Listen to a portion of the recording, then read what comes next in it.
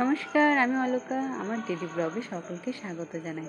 আজকে আবার একটা নতুন ব্লগ নিয়ে তোমাদের সামনে চলে এসেছি। এখন ঘড়িতে বাজে সকাল 7:30।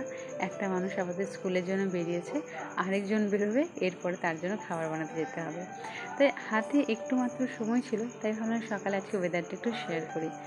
এই দেখো, সকাল থেকে মেঘলা, অনেক জামা কাপড় কাচার থাকে, কিন্তু মেঘলা মেঘলা করার জন্য কাচা হচ্ছে না। সে দুদিন পর পর কাচা হচ্ছে আর ওইভাবে জমা করা হচ্ছে। আর পুজোর পরেও কিন্তু বৃষ্টির সম্ভাবনা বলা হয়েছে। জানি না এবার পুজো কেমন যাবে। এইভাবে বৃষ্টি হতে থাকলে কিন্তু পুরো পুজোই মাটি, পুরো পুজোটাই মাটি এক কথায়। তো সকালবেলা একটু সময় ছিল, তাই ভাবলাম চলো তোমাদের সাথে একটু শেয়ার করি আর ব্লগটি স্টার্ট করি। বাগানটা একটু পরিষ্কার করা হয়েছে, যেহেতু সামনেই পুজো। একদিকে এটা ভাবনা যে চলে যাব, তো এত পরিষ্কার করে লাভ কী, কিন্তু আমার অগোছালো থাকলে বেশ ভালোও লাগে না, কারণ পুজোর সময় সবার বাগানগুলো এত পরিষ্কার থাকে, আর একটু নিজের বাগানগুলো এরকম থাকলে আর ভালো লাগে না, তাই একটু একটু পরিষ্কার করানো হয়েছে। আর এই দেখো, কুল গাছ, পুরো গাছ জুড়ে মুকুল এসছে। জানি না এই কুল খাওয়া হবে কি না এই বছরে, কারণ এই কোয়ার্টার ছেড়ে যাওয়ারই কথা হচ্ছে। যেহেতু পুজোর পর যাবো করছি, কিন্তু ওইদিকে কাজও অনেক, প্রচুর কাজ আছে কোয়ার্টারে, কাজ চলতেই আছে, কিন্তু কাজ হয়েই যাচ্ছে, কিছু করার নেই। ঘুম থেকে উঠেই প্রথমে রান্নাঘরে ছুটতে হয় বলে এরকমই এখন নিজের হাল, কিছু করার নেই। এরপর চলে আসি 10টা 11টা এই সময় বাজছিল। রান্না টান্না কাজ সেরে একটু বাগানে এসেছি। বাইরে বেরোতেই দেখছি কি সুন্দর ঝলমল করে রোদ উঠেছে, বেশ ভালো লাগলো। তার সাথে কয়েকটা ফুলও ফুটেছে, দেখো বেশ ভালো লাগছে। সবুজের মধ্যে লাল কালারটা যেন আরও বিশেষ করে ভালোভাবে ফুটে উঠছে। এরপর চলে আসি দুপুরবেলা খাওয়া দাওয়া করার পর একটু বেরিয়েছিলাম কোয়ার্টারের কাজ কতটা হয়েছে তা দেখার জন্য। আর সামনেই যেহেতু নতুন স্কুলটা, তাই ভাবলাম চলো আজকে তোমাদেরকে দেখিয়ে দিই।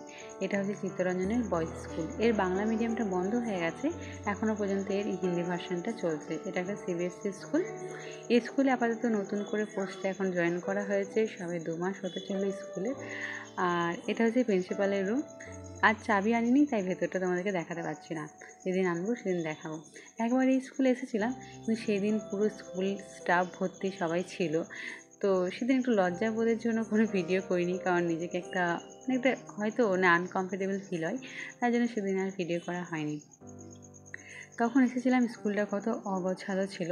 আমি এসে অনেক কিছু কথা বলেছিলাম যে এখানে এই করো, এখানে এই করো, যাতে স্কুলটা ভালো লাগে, কালার করাও, কিছু গাছ রাখো। তো আজকেই সেটা পরিদর্শন করার জন্য আমি এসেছি। আমি এমন কিছু বড় নই, কিন্তু এই দেখতে এসেছি যে কতটুকু কাজ হয়েছে আমার কথায়। আজকে দেখো স্কুলে কত সুন্দর চারিদিকে গাছগুলো রাখার জন্য স্কুলটা কি সুন্দর লাগছে। আগে এরকম একদম ছিল না। আর এটা হচ্ছে অফিস, বলতে গেলে স্টাফ রুম। আর এই পাশে হচ্ছে পুরো এই স্কুলটা একতলা, দুতলা নয়। আর স্কুলটার ভেতরটা কিন্তু অনেকটাই বড়, এটা পুরোপুরি বয়েজ স্কুল। আর একটা কথা, আমাদের ক্ষেত্রে কর্মস্থান এমন একটা জায়গা, পরিষ্কার পরিচ্ছন্ন আর নিজের মতো না থাকলে না আমরা কাজ করতে পারি না। আমরা সবাই যতটা বাড়িতে সময় কাটাই না, ততটা আমরা সময় কাটাই আমাদের কর্মস্থলে। আর সেটাই যদি পরিষ্কার পরিচ্ছন্ন আর নিজের মতো না হয়, তাহলে কাজ করে কী বা আনন্দ পাই বলো। তাই আমি বলেছিলাম যে এটা কিন্তু খুব ভালো করেই করার চেষ্টা স্কুলটা ডেভেলপ করতে, যাতে সবাই কিন্তু স্কুলটাকে ভালো বলে, কারণ স্কুলের অনেক কিছু ব্যাকগ্রাউন্ডে আছে, সেটাই ভালো করার একটা চেষ্টা নতুন করে। তাই আমরা সবাই একটা ইচ্ছে আছে স্কুলটা একটু চেঞ্জ করার, দেখা যাক কতটা করা যেতে পারে। এরপর স্কুল থেকে বেরিয়েছি একটু অন্য কিছু খোঁজার কথায়। ইচ্ছে ছিল কাশফুল দেখব। অবাক লাগবে জানো, আজ আমাদের চিত্তরঞ্জনে একটাও কাশফুল নেই। কাশফুল দেখার জন্য মন ছটফট করছিল, তাই একটু কাশফুল দেখার জন্য বেরিয়েছি, কিন্তু একটাও কাশফুল পাইনি। ওই ঝিলের মধ্যে একটা পেয়েছিলাম মাছরাঙা পাখি, মাছের আশায় অপেক্ষায় বসে আছে। চারিদিকটা দেখতে দেখতে একটু মন খারাপ হয়েছিল যে এত বড় চিত্তরঞ্জন আমাদের শহর, কিন্তু একটাও কাশফুল নেই। এই শরৎকালে পুজোর দেবীর আগমনে একটা কাশফুল যে চোখে পড়বে, সেটার কোনো উপায় নেই। সারা চিত্তরঞ্জন ঘুরে দেখলাম, একটাও কাশফুল নেই। মনটা খারাপ হওয়ার পর এই দৃশ্যটা আর মনটা বেশি খারাপ হতে দেয়নি। কিছুক্ষণের পর কিন্তু মনটা চেঞ্জ হয়ে গেছিলো। যে এই জল আর আকাশ আর এদিকে কালার, একদম সবুজে ভরা প্রকৃতিতে মনটা আলাদা রকমের হয়ে গেছিলো। মনে হচ্ছিলো যে এখানে বসে থাকি। দেখতে বেশ ভালো লাগছিলো, তাই ভাবলাম চলো একটু ভিডিওটা লেন্থি হবে, কিন্তু দেখতে বেশ ভালো লাগবে, তাই চলো তোমাদেরকেও দেখিয়ে দিই। আর এটা হচ্ছে চিত্তরঞ্জন একদম একটু ভেতর দিকটা, এদিকে কোয়ার্টার নেই, বলতে গেলে ফাঁকা জঙ্গলের মতো জায়গাটা পুরো, কিন্তু দেখতে খুব সুন্দর। সকাল থেকে দুপুর সকাল থেকে বিকেল পর্যন্ত এদিকে লোকজন আসে, কিন্তু রাত্রে এদিকে আসে না, কারণ এটা পুরোপুরি ফাঁকা জায়গা হয়ে যায়। এটা ওই কর্নিক সিং পার্ক ওই দিকটা। আর এদিকে যেন চিত্তরঞ্জনে একটাই কি বলবো জিনিস, যে এখানে প্রচুর পরিমাণে শিয়াল থাকে, আর থাকে প্রচুর পরিমাণে সাপ, আর থাকে এখানে হচ্ছে বনো শুয়োর। এটার জন্য বিখ্যাত। রাত্রেবেলায় কিন্তু এরা যখন তখন ঘোরাফেরা করে। যেমন আমাজন জঙ্গল দেখেছ যে এমন কোনো বিষাক্ত সাপ নেই, সেরকম এখানে প্রচুর প্রচুর পরিমাণে সাপ।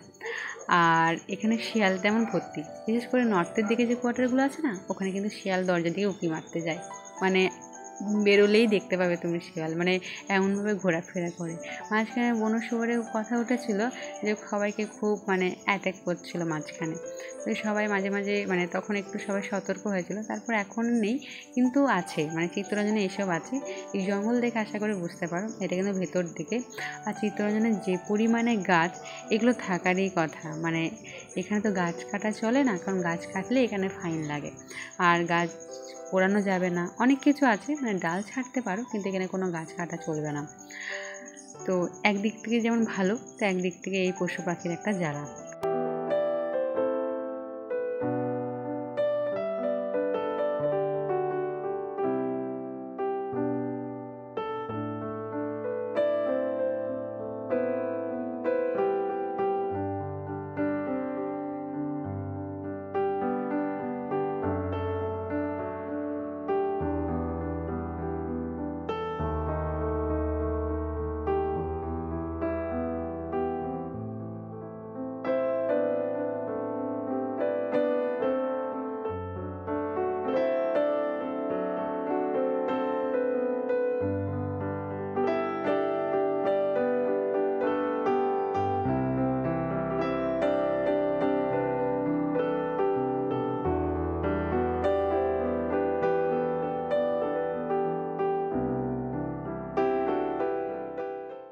কথা বলতে বলতে দেখো আমরা অনেকটা পথ এগিয়ে এসেছি।